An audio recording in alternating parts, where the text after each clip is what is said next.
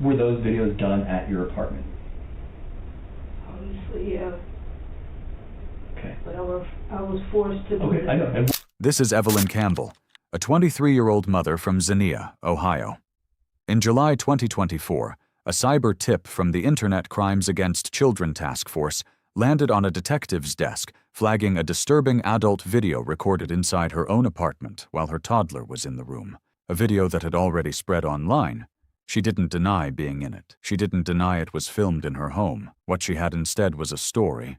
And that story started with one claim: she was forced. At one point in time, like, I'm dead serious. I put it on my grandmother, and she passed away. Like, she's gone. I put it on my grandmother. He put that 45 in my mouth and told me if I don't do it, he'll take my life or my sister, or even possibly come. And I'm not willing to do that. Like, I'm not willing to put other people's lives at risk. I'd rather take my own before. A gun, a direct threat, her sister's life on the line. It's detailed, emotional, and specific. But when investigators searched for any record of that threat, a report, a complaint, a single witness, they found absolutely nothing. They literally issued a search warrant for my house, and they're going through my house right now as we speak. There's so much stuff in that house, I couldn't tell you what is and what's not in there. She didn't say that to detectives. She said it when she thought no one was listening. And in that moment, the story started to change.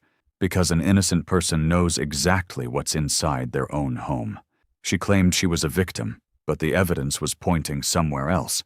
She was arrested September 3rd, 2024 in Xenia, Ohio, and detectives brought her in for interrogation. Let's go back to the beginning and watch how it all unfolded. So let me start from the beginning with how we got this. Okay? So, to be honest with you, this happened, we got this referral from ICAC. ICAC stands for, it's ICAC, Internet Crimes Against Children. In a nutshell, what they do is anytime there's videos of pornographic nature that involve a child, they get alerted by it, and they do a little bit of investigation on their own. So there's ICACs all over the country. And then when they find out where it's occurring at, they contact the local police department. So they got a referral, came to find out it has happened where you were living, and that's when they contact us. So we got this referral about a year ago. Why we haven't touched it for over a year, I'm not going to make an excuse for that. The only thing I can say is, as detectives, we all have caseloads, and stuff just gets pushed to the back burner. Yeah, it's crazy. So we started looking into it today. We saw some of the videos. Your name is attached to the referral that we got. We did a little bit more digging. You know, we found your Facebook, and then some pictures of you on the Facebook, which we believed were the same child in the videos that I showed you. Okay? So that's what brought us to your doorstep this morning, or this afternoon, I should say. So there's some of the questions I do need to go over with you. And we'll get into how the videos were made. And those the videos I showed you with the correct? Nope. Okay. That is you in the video, correct? Say that again. Yeah. Yes? Okay. Were those videos done at your apartment? Obviously, yeah. Okay. But I was forced to do Okay, this. I know, and we're going to get into that. Really, in reality, I don't have those videos. I was made to make them. So you need to get with who has them. So that's whose phone was used? So that was his phone that was used. Okay. So the videos are on his phone. Yeah.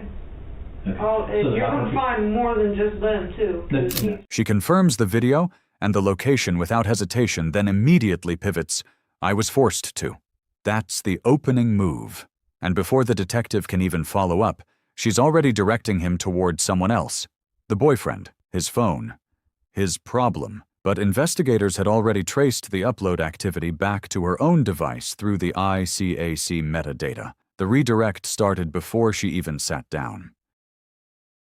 So it's nothing but child pornography on the phone. When I went through the phone, that's all I seen. And I just instantly, like, after saying what he said about my sister. He was going to rape my sister. And then he demanded those videos from me. And I went through them because I felt like he was cheating on me. And I found all those videos of little kids. I was done. I was done. From there, I was done. I'm not going to be with somebody that's an opposed threat. So I don't want that. I don't need that. I'm young myself, you know what I'm saying? I'm 23. Okay. That being said, again, when did it start with you and him? That's where I met. He was living with his mom. How long ago I was met that? him out there 2019. Okay. 2020. Late 2020 is when I met him. Okay. We got together in like 2020, early 2020 though. Like we talked for a few months, then we got together. And ever since then we've been together, but up until the past few months, we've been arguing, fighting, cussing, hollering, screaming, and I'm done with it. I just finally cut all ties, and I haven't answered him, I haven't responded, haven't texted him, answered phone calls. He's been harassing me through other numbers, everything. Anything that he possibly do, he does it. Just harasses the shit out of me for no reason. He'll send me pictures and videos of him screwing other people and younger kids and just random strangers out in public, like, just sends me that. And it's like, I don't want nothing to do with it. In the space of 2 minutes, she's gone from, "I was forced," to, "His phone is full of child pornography." She's not just defending herself, she's building the case against him, while she's sitting in the room being investigated herself. It sounds like someone who came in prepared, and detectives are letting her talk because the more she talks, the more there is to check.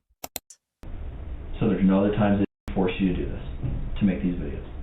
No. There's been other times where like either do it or don't, and I'm like, I'm not doing it. Okay. But that one point in time, like I'm dead serious. I put it on my grandmother, and she passed away. Like she's gone. I put it on my grandmother. He put that 45 in my mouth and told me if I don't do it, I'll take my life with my sister, or even possibly come. And I'm not willing to do that. Like, I'm not willing to put other people's lives at risk. I'd rather take my own. And I know I asked you this question out there and you got pissed off with me. When these videos were being made, where was he at? In the house.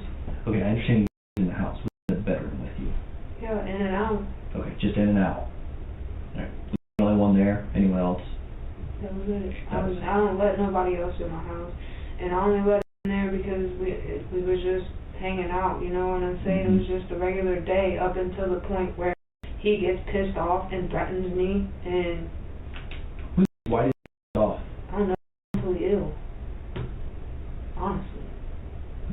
I mean, listen, I know I got a mouth and I know I like to push people, but you don't, there's an extent to that. You don't threaten people's lives. I've never threatened anybody's life. I mean, yeah, I might get pissed off, I might say you can or something. But I've never said, hey, I never do this in somebody's mouth and be like, I'm about to shoot you if you don't do this. I don't do that. I'm not that type of person. Like, I'm just sickening, bro. I don't even really like to talk about it. I don't really like to think about it. I'm trying to move past it. I'm trying to get away from it. Like, I'm traumatized by it. She becomes visibly emotional, describing the gun threat, invoking her late grandmother, referencing a specific weapon, putting her sister's life in the story, and also said she's traumatized that she can barely bring herself to talk about it, but she's been talking about it in detail since she sat down. The trauma she's describing hasn't slowed her down once. What actually slows things down is when the detective steps out, because the moment he leaves the room, Evelyn picks up the phone, and what comes out of that conversation is more revealing than anything she said directly to the detective. Basically, yeah, I just kind of got the whole rundown from your mom. Basically, I'm pissed off because I'm trying to move on and get away from him, so he harasses me, bro. It makes it even worse. It's fine, we'll take care of it. No, because now I feel like a piece of shit, man. It's just not right. Yeah. No, you bring it up at the wrong time, like... You bring it up at the wrong time. It's inaccurate now. You know what I'm saying? You really threatened my life. You really had a gun in my mouth and pulled the trigger and everything. What? Yes, your mom was asking me for something, I was just like, Mom, sounds you. Keep going, though. I'm pissed off. Like, you threatened my life. You threatened to my sister. You literally pulled the trigger with a gun in my mouth and told me I had to do something, or it was my life, or my sister's, or so yeah. I mean, I'd rather risk my own life versus somebody else's, of course. But now you bring it up 2 years later, bro. I'm about to turn this around and throw it right on you, and you're about to go the down. I'm about to turn this around and throw it right on you. That's not how someone talks when they're the victim seeking justice. That's someone who's calculating, figuring out how to use what happened as a weapon now that the situation is out of her control. She's not scared, she's angry that she got caught, and the call isn't finished. So now I have an open investigation with CPS that I'm not allowed to have my fucking... Hey. Seriously, listen to me. Didn't we get you through the last spot? Through a tough time? We'll get you through this one too, okay? Bro, I can't keep Remember going when I told you through when your sister attacked you and the cops were coming and you were freaking out? You're going to be completely fine on this, and we will do whatever we can to take care of you on this, alright? Bro, I cannot fucking believe this shit. I know, and I can't either, and I think it's bullshit, but will you listen to me? I know you didn't want to last time or believe me, but I promise you, we will get through this. You'll be completely fine. Okay? I'm so mad right now. I'm so on fire inside. I know you are, and that's a very, logical thing. For this When it one. comes to emotions and whatnot with your family. I get that. Bro, this mom wanna pull in. Mom wanna pull in when the cops are standing at my door and just stare at me. You know exactly what the going down here. Son called the cops on me. Yeah, and I know he works, I know what car drives. I just need to know a few more things, and I will take care of this. Bro, I cannot believe it. Why do this, bro? All because because I'm moving on, bro, and I'm done. I don't want to be with him anymore. Bro, they literally issued a search warrant for my house, and they're going through my house right now as we speak. There's so much stuff in that house, I couldn't tell you what is and what's not in there. Right there. There's so much in that house I couldn't tell you what is in there and what's not. She's not saying that to the detective. She's saying it to someone she trusts, unguarded. And that one sentence tells investigators more than everything she said in the first hour of this interview. Because an innocent person knows exactly what's in their own home. When the detective comes back in, he turns to the devices, and every answer she gives creates a new problem. I mean, everyone uses their phones like their lifeline. Yeah. Something I'm asking you, I don't care about your OnlyFans account. I don't care about your OnlyFans videos. Would you allow me to look into your phone right now? I want to see if there's any of those specific videos. It would be confirming what you're telling me. Okay. Do you, when you record videos for your OnlyFans, do you do it all through just the camera app? Yeah, I do it on that, yeah. Okay. Just the camera, I try to delete it though, because I don't have enough storage. I got so many screenshots and just pictures of random. So I think we all do. Not 2,000 of them though. At any time. Say stop. Okay. I don't really care. I mean, you done seen it, so does it really matter? Okay, so there's a big gap from October of 21 through July of 23. Because I didn't have an iPhone. Okay, you weren't using iPhone at the time? No, So at the time, the video that we've seen, you were using the Android? Okay. Yeah. That's all backed up to my Gmail account, but my Gmail account's deleted because I hacked it. Okay.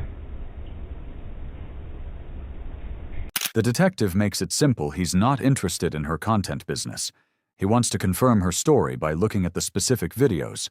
If her account is true, that phone helps her. But she hesitates. Then says she doesn't really care. You've already seen it anyway. That's a strange response from someone who just spent 20 minutes telling a detective she was forced into making those videos against her will. So yeah, we are currently, one of the steps in this process, we're going to do a search warrant of your apartment. Okay. We are I thought waiting. you already did. No, we haven't done that. Because it has to be, search warrant has to be written, then approved by the prosecutor, then signed by the judge. We're currently in that approval and waiting process. To speed up this process, something I'm going to ask you, would you give us consent to go search your apartment? Yeah, as long as I'm there, because my dog. Mm-hmm. I don't want nobody to be there without me being there to be able to control my dog. Like you said, your dog didn't bark at us one time. I can't force you to give us consent. I'm asking you, I'm not trying to coerce you into it whatsoever.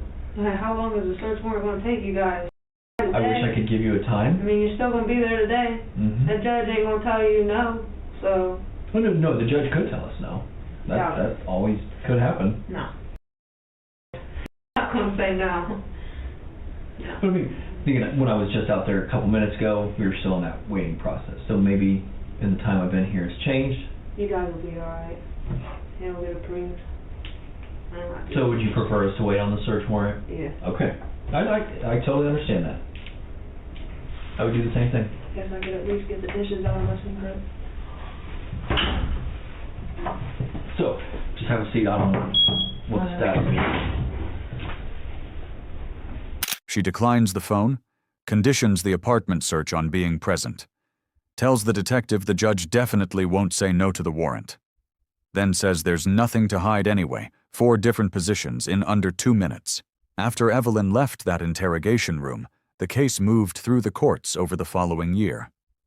In October 2025, Evelyn Campbell entered a no-contest plea. 1 count of gross sexual imposition, a 3rd-degree felony, and 1 count of pandering obscenity involving a minor, a 2nd-degree felony. 2 additional counts were dismissed under the plea agreement. On January 15, 2026, Judge Michael Buckwalter sentenced her to 10 to 13.5 years in prison. 36 months on the 1st count, 7 to 10.5 years on the 2nd, served concurrently. She was designated a Tier 2 sex offender. For the next 25 years, she is required to register her address every 180 days. As of the time of this video, her attorney has filed a notice of appeal. That appeal is still pending. As for the boyfriend, the man she accused of holding a gun to her head, of having a phone full of child pornography, of forcing every moment of this public records show, no charges were ever filed against him. Not one. She walked into that room with a story about a gun, a threat, and a man who controlled everything. She walked out of that courtroom with over a decade in prison. The evidence didn't follow her story, and in the end, neither did the court. Cases like this go far beyond one person. They leave lasting damage on children who don't have a voice. Exploitation like this can affect a child for life, mentally and emotionally. As viewers, as parents, as people, we have a responsibility to protect children, to speak up, and to never normalize or ignore anything that puts them at risk. Pay attention, stay involved, and most importantly, protect the ones who can't protect themselves. Thanks for watching. Check out another video right here, and if you're new, subscribe to the channel so you don't miss what's coming next.